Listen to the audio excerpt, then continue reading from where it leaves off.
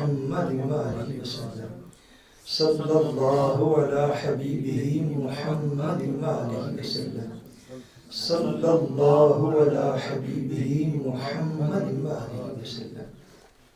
اربعین نووی کی حدیث پاک نمبر 22 جو ہے، حدیث پاک نمبر 22، اس کو ہم انشاءاللہ بیان کرنے کی سعادت حاصل کریں گے۔ عن ابی عبداللہ جابر بن عبداللہ الانصاری رضی اللہ تعالی عنہما، حضور نبی اکرم صلی اللہ علیہ وسلم کے غلام اور صحابی حضرت جابر بن عبداللہ انصاری رضی اللہ تعالی عنہما اب آپ اس حدیث پاک کو روایت کرتے ہیں۔ کون سے صحابی؟ حضرت سیدنا، بولیے سارے، سیدنا جابر بن عبداللہ۔ کون سے صحابی؟ سیدنا جابر بن عبداللہ رضی اللہ تعالیٰ عنہ۔ آپ اس حدیث پاک کو حضور سے روایت کرتے ہیں، اور یہ جابر جو ہیں یہ انصار صحابہ میں سے، ان صحابہ میں سے ہیں، انصار صحابہ میں سے ہیں، اور انصار وہ صحابہ ہوتے ہیں جو کہ حضور پاک کے مدنی صحابہ ہیں، جو کہ حضور علیہ السلام کے مدنی صحابہ ہیں، جو مدینہ منورہ کی رہائشی صحابہ کرام تھے، وہ انصار صحابہ کہلاتے ہیں۔ اور حضرت جابر بن عبداللہ رضی اللہ تعالیٰ عنہ جو ہیں، ان کے والد گرامی حضرت عبداللہ جو تھے، یہ غزوہ احد میں شہید ہوئے، اور حضرت عبداللہ رضی اللہ تعالیٰ عنہ یعنی حضرت جابر کے والد گرامی آقا دو عالم صلی اللہ علیہ وسلم ابھی جب شہر مکہ میں تھے، کہ شہر مکہ میں ابھی آپ نے ہجرت نہیں تھی فرمائی، تو جو بیعتیں اس سے پہلے ہوئیں، بیعت عقبہ ثانیہ، اس موقع پر حضرت جابر کے والد گرامی یہ مدینہ منورہ سے مکہ آئے تھے، اور انہوں نے حضور کی زیارت کر کے صحابی ہونے کا شرف حاصل کیا۔ اور بعض روایات میں ہے کہ حضرت جابر بھی اس موقع پر ان کے ساتھ موجود تھے۔ اور جب غزوہ بدر ہوا تو غزوہ بدر میں حضرت جابر رضی اللہ تعالیٰ عنہ کے حوالے سے آیا ہے، یہ بھی چھوٹے تھے تو یہ جنگ کے اندر تیر پکڑاتے تھے دیگر صحابہ کو۔ کیا کرتے تھے؟ دیگر صحابہ کو تیر پکڑا رہے تھے۔ سو حضرت جابر رضی اللہ تعالیٰ عنہ، ان کے والد گرامی غزوہ احد کے اندر شہید ہو گئے، یہ اس جنگ کے اندر موجود نہیں تھے، اور یہ تقریباً بعض روایات میں 6 آیا ہے، بعض میں 9 آیا ہے، ایک جگہ پہ ہم نے 7 بھی پڑھا ہے۔ سو یہ تقریباً 7-8 بہنوں کے اکلوتے بھائی تھے، 7-8 بہنوں کے اکلوتے بھائی تھے۔ حضرت جابر رضی اللہ تعالیٰ عنہ نے جب شادی کی، پھر میں کہ ان کا تھوڑا تعارف آپ کو عرض کر دوں، جب شادی کی تو حضور نبی اکرم صلی اللہ علیہ وسلم نے پوچھا، فرمایا جابر شادی کر لی؟ جی حضور شادی کی۔ فرمایا کنواری سے کی ہے کہ بیوہ سے کی؟ عرض کی حضور بیوہ سے کی۔ فرمایا جابر بیوہ سے کیوں شادی کی؟ عرض کی حضور میری بہنیں ہیں اور وہ ساری مجھ سے چھوٹی ہیں، تو میں یہ چاہتا تھا کہ کوئی سمجھدار بی بی گھر میں آئے تاکہ وہ ساتھ میری بہنوں کا بھی خیال رکھے۔ تب ایسا اسلام نہیں تھا بھی پہنچا جو ہمارے تک آ پہنچا شوئے ترے میں، کہ جب کسی کا کوئی کچھ بھی نہیں لگتا ہوتا۔ یہ اسلام کا نیا ورشن ہے جو متعارف ہو رہا ہے۔ نہ بھابی کی نند کچھ لگتی ہے، نہ نند کی بھابی کچھ لگتی ہے دنیا، نہ ساس کی بہو کچھ لگتی ہے، نہ بہو کی ساس کچھ لگتی ہے۔ اب تو ریتی ہے تر کے ایک طوفان ہے۔ میں حدیث پاک کرتا ہوں، حضور نے پوچھا جابر آپ نے کماری خاتون سے نکاح کیوں، ان کے اور بیوہ سے کیوں؟ یہ جواب پڑھ لیجیے ان کا کسی بھی کتاب۔ عرض کہ حضور میری بہنیں چھوٹی چھوٹی، میں بڑا ہوں وہ چھوٹی ہیں، تو میں یہ چاہتا تھا کہ کوئی سمجھدار عورت گھر میں آئے کہ جو میری بہنوں کا بھی خیال رکھ سکے۔ تو کماری ہوگی تو نسبتاً چھوٹی عمر کی ہوگی، تو جب وہ خود چھوٹی عمر کی ہوگی تو دوسروں کا خیال کیا رکھے گی؟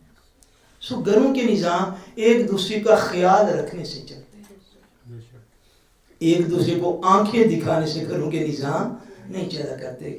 اب تو روٹی اور پانی کے اوپر بھی رہتی ہیتر کی باتیں ہوتی ہیں۔ آپ اپنا اسلام دیکھ لیجئے اور وہ اسلام دیکھ لیجئے جو صحابہ کرام کے پاس موجود اب اس بات پہ بھی بحث ہو سکتی ہے، گھر میں ڈسکشن ہو سکتی ہے کہ اگر کوئی بڑے رشتے میں بڑا کوئی ہو اور وہ کہہ دے کہ ذرا مجھے پانی کا گلاس پکڑانا، تو دل چاہے تو آگے ریتی ہیتر کا ایک طوفان کھڑا ہو جائے، یہ تو میری ڈیوٹی میں شامل نہیں۔ یہ جو چیزیں ہیں یہ ایک الگ بحثیں ہیں۔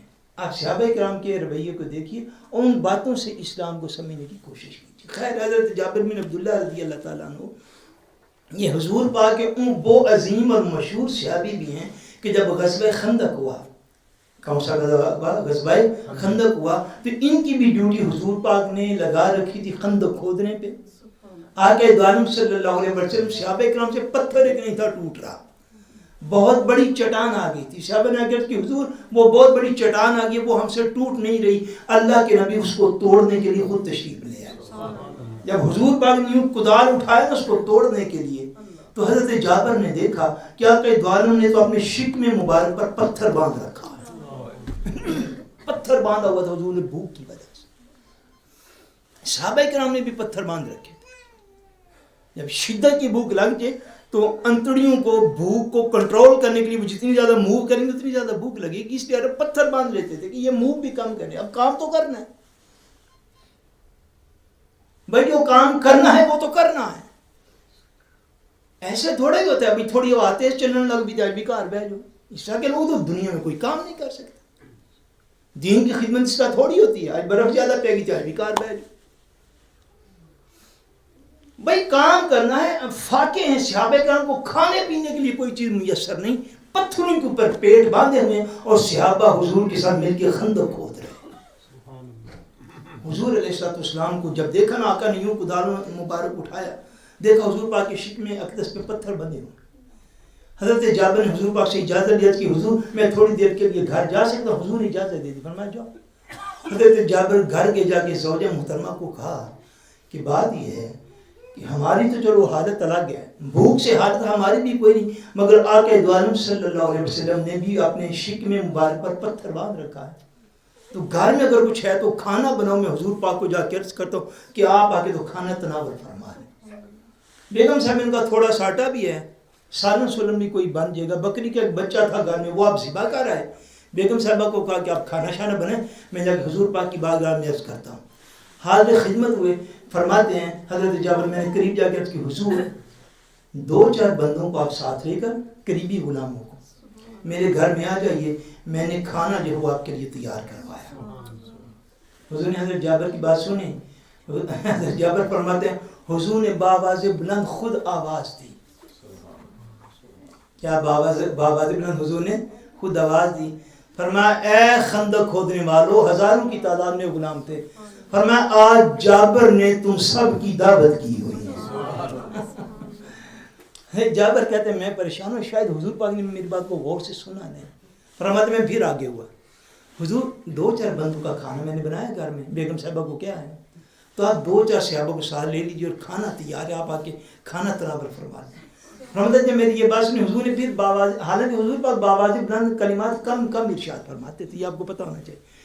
حضرت عائشہ نے آپ کی سیرت مبارکہ کے حوالے سے لکھا کہ حضور پاک بلند آواز سے بات نہیں تھے کرتے، یہ حضور پاک بازاروں میں بلند آواز سے آوازیں نہیں تھے دیتے۔ فرماتے اس وقت حضور پاک نے خود بلند آواز، او میرے صحابہ، جی حضور جابر کے گھر تم سب کا کھانا پکا ہوا۔ جابر کہتے ہیں میں پریشان ہو گیا، میرے پاؤں تلے زمین نہیں صرف گئی کہ 2-4 بندوں کا کھانا یہ ہزاروں کے حساب سے کھائیں گے کیسے لوگ، سینکڑوں کے حساب سے۔ فرماتے میں پریشان تھا، حضور نے فرمایا جابر گھر چلے جاؤ، صرف اتنا کرو بیگم صاحبہ کو کہو کہ ہنڈیا کو چولہے کے اوپر رکھ دیں، اتارے نہیں جب تک میں تشریف نہیں لے آتا، آٹا گوندھ کے رکھ دیں، روٹی پکائے نہیں جب تک میں تشریف نہیں لے آتا۔ حضرت جابر کہتے ہیں جلدی جلدی جا کے پیغام دیا، لگتا کام ہو گیا سارا۔ حضور علیہ السلام تشریف لے آئے، جابر کہتے ہیں ہنڈیا پک رہی تھی، میرے آقا نے اس کا برتن اٹھایا تو ہنڈیا میں اپنا لعاب دہن مبارک ڈالا۔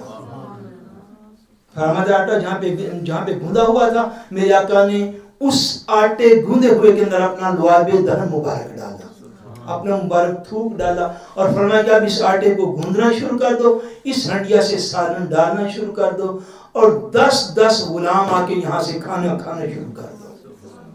فرماتے وہ 2-4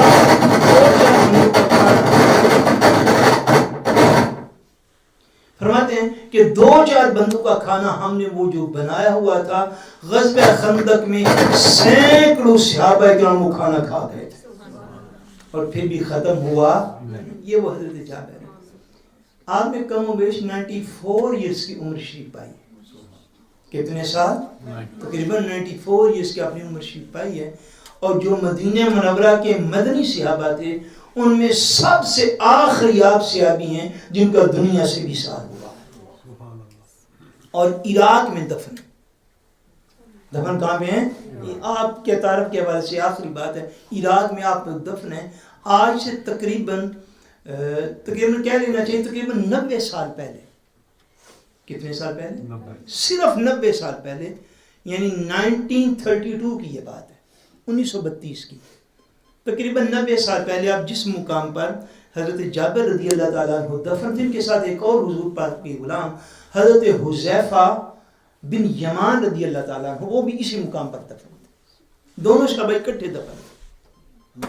حضرت حذیفہ جو حضور علیہ السلام کے صحابی، وہ کسی آفیشل کو آج سے 90 سال پہلے کم و بیش 1932 میں وہ کسی آفیشل کو عراق یا سعودیہ کے کسی آفیشل کو، کسی حکمران کو وہ خواب میں ملے اور خواب میں فرمایا کہ میری اور جابر کی قبروں میں دجلہ کا پانی آ گیا، سو ہمارے جسموں کو یہاں سے کسی اور جگہ پہ منتقل کر دیں. وہ خواب جب آیا کچھ لوگوں کو جو کہ حکمران تھے، تو انہوں نے آپس میں یہ فیصلہ کیا کہ اب کیا کریں، اس خواب کے اوپر عمل کریں یا نہ کریں. تو عراق کے جو بھی علماء تھے، مفتیان کرام تھے، ان سے انہوں نے رابطہ کیا اس سلسلے میں. سو مفتیان کرام نے یہ اجازت دی کہ اگر حضور کا صحابی بھی خواب میں آ کے یہ پیغام دے تو پیغام پر عمل کیا جائے. اور پھر حضرت جابر رضی اللہ تعالیٰ عنہ اور حضرت حذیفہ بن یمان رضی اللہ تعالیٰ عنہ کئی 100 سال کے بعد، کم و بیش 1300 سال ہو گئے ہوئے تھے ان کو دنیا سے پردہ کیے ہوئے. اور 1932 میں ہزارہا لوگوں کی موجودگی میں، پھر عراق کی گورنمنٹ نے وہ بات چھپائی نہیں، ہزاروں سینکڑوں لوگوں کی موجودگی میں اور ڈاکٹرز کی ٹیمیں جو ہیں ان کی موجودگی میں حضرت حذیفہ اور حضرت جابر بن عبداللہ کی مبارک قبور کو کھولا گیا تو ان کے جسم مبارک کفن سمیت بالکل صحیح سالم تھے. جسم مبارک کفن سمیت بالکل صحیح سالم. اور بعض جگہ پر میں نے پڑھا، مجھے یاد پڑتا ہے کہ جو ڈاکٹرز کی ٹیمیں تھی انہوں نے آنکھیں کھول کر آنکھوں کا مشاہدہ کیا تو آنکھوں کی چمک بالکل زندہ بندے جیسی، زندہ بندے جیسی آنکھوں کی چمک. اور پھر جہاں بھی اس وقت لگتا ہے عراق پھر جانا پڑنا ہے چونکہ ہم زیارت نہیں کر سکے. حضرت سلمان فارسی رضی اللہ تعالیٰ، کون سے حضور پاک کے صحابی؟ سیدنا سلمان فارسی رضی اللہ تعالیٰ عنہ، جو سلسلہ نقشبندیہ کے عظیم ترین سپہ سالاروں میں سے. حضرت سلمان فارسی کا جہاں پر مزار پر انوار ہے، سلمان پاک اس جگہ کو کہتے ہیں، یہ بھی بغداد شریف سے قریب ہے. حضرت جابر بن عبداللہ رضی اللہ تعالیٰ عنہ اور حضرت حذیفہ کو پھر وہاں سے ان کے مبارک اجسام اٹھا کے لائے جہاں پہ پہلے دفن تھے، اور حضرت سیدنا سلمان فارسی رضی اللہ تعالیٰ عنہ کے ساتھ ان دونوں کو دفن کیا. یہ وہ جابر بن عبداللہ ہیں کہ جن کا جسم پاک 1300 سال بعد بھی حضور کی نبوت اور رسالت کی اور اللہ کی توحید کی گواہی دے رہا.